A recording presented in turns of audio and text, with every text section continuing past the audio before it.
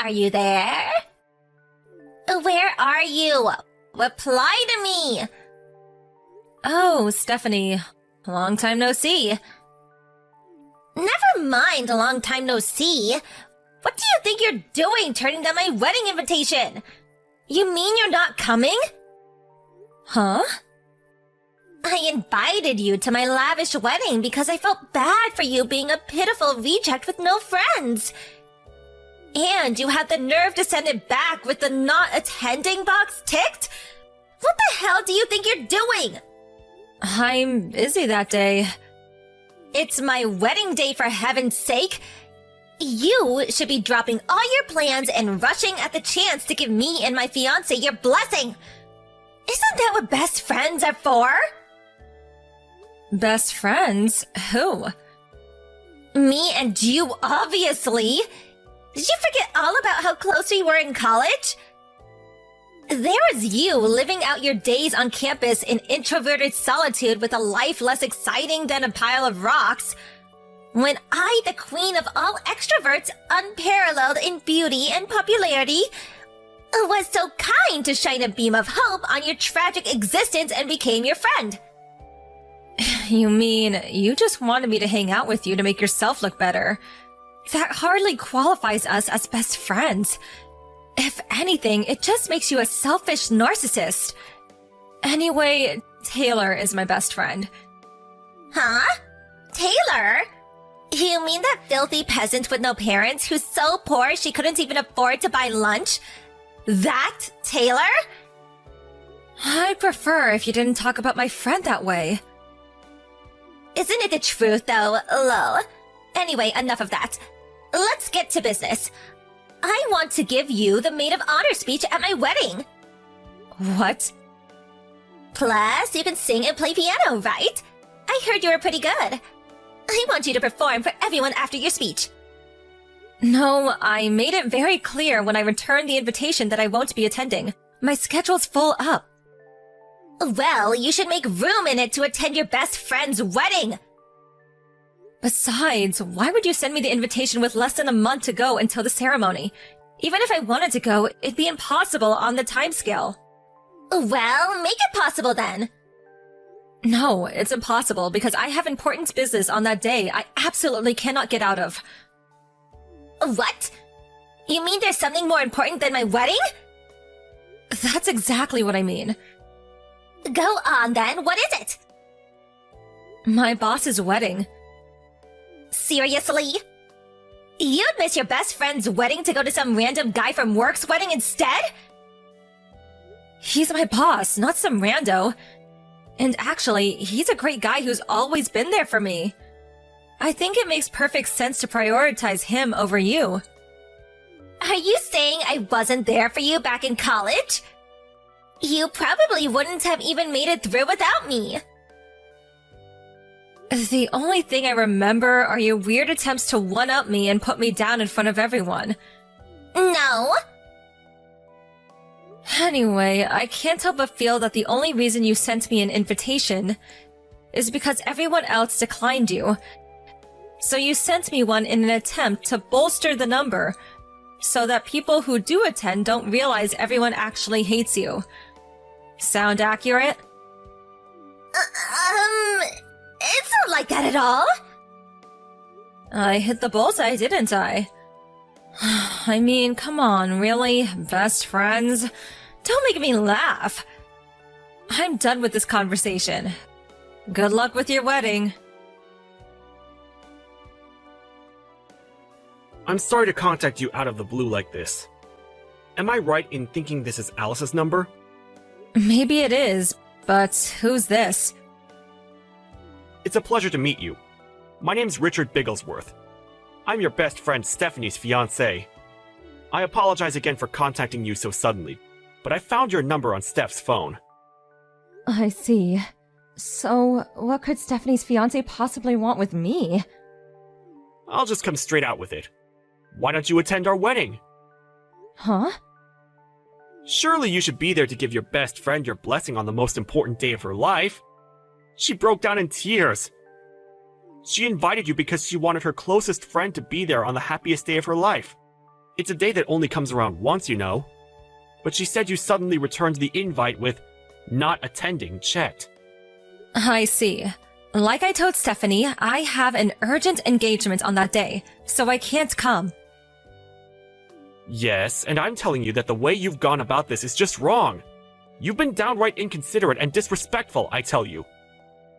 Despite the fact you returned the invitation agreeing to give a speech and piano performance a whole 3 months ago. You have the nerve to pull out now all of a sudden, with less than a month left until the wedding day. What? The invitation only came last week. Excuse me? Plus, I don't know if it was because she didn't know my address, but it was sent to my parents' house of all places. I immediately sent it back, making my intention not to attend crystal clear. And then Stephanie messaged me 2 days ago.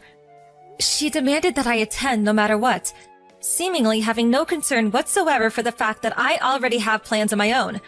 That was also the first I'd heard of the speech and piano performance. Obviously, I told her that it was impossible to. Wait, what? None of this makes sense. It's exactly like I said. I didn't even know she was getting married until the invitation showed up at my parents' place last week. Say what now? To think you call yourself a best friend. That's abhorrent. Listen, Richard, you don't seem like a bad guy, so I'm going to explain this to you nicely. But me and Stephanie haven't spoke since college. It's been over 7 years. 7 years without so much as a single message exchanged between us. I haven't seen from her, heard from her, or even about her in all that time. Can you really call us best friends?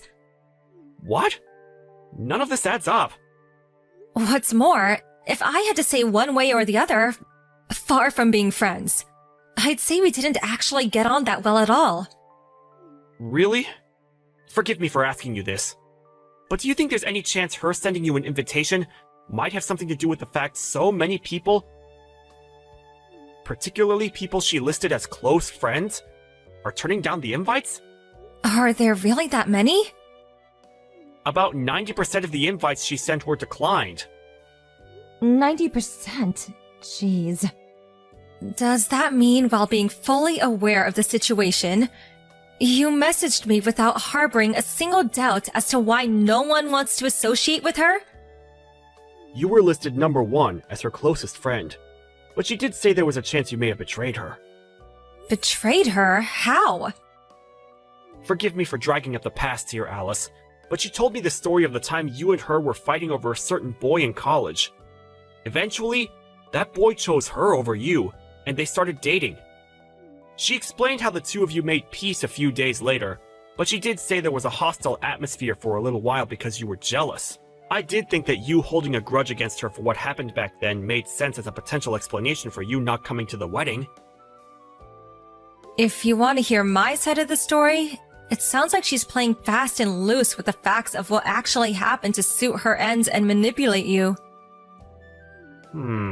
I see. What exactly was Steph like during college? I'd appreciate it if you went down that rabbit hole yourself. I hope you don't think I'm being rude, but I have no intention of talking at length about my personal affairs with someone I don't know. I see.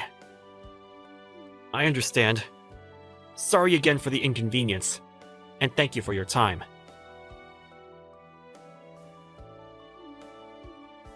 Alice, you scheming witch! What the hell did you say to him? What do you want? My fiancé broke off the engagement. You're behind this somehow. I know it. What did you do? I see. Well, I wouldn't exactly go as far as saying I did something. Why did he dump me then? Explain now!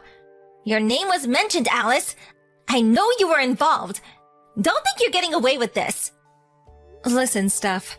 Richard's the one who contacted me. What? Why?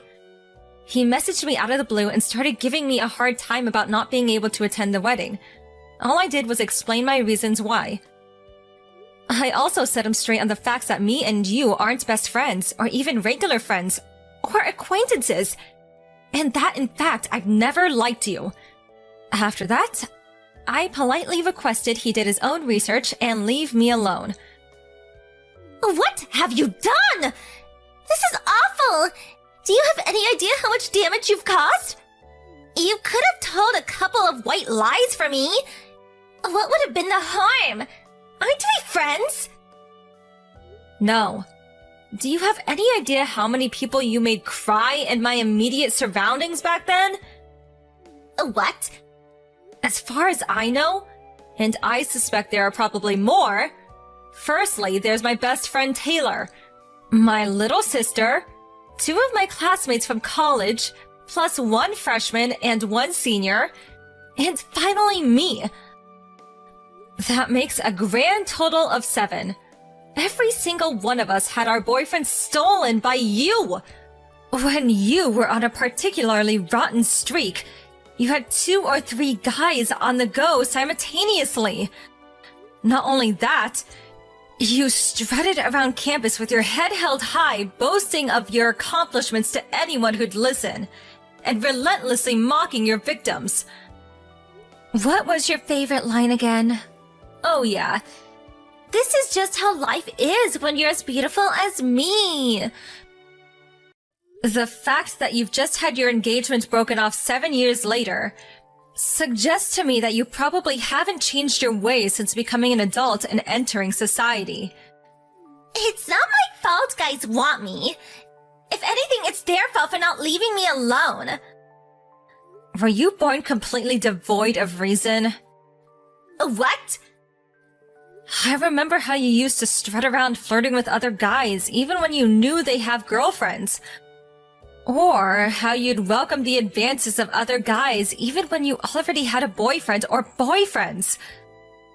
The worst part was, you actually seemed to take pleasure in wrecking other couples' relationships. You seem to be lacking the bare minimum of reason required to exist in human society, Stephanie.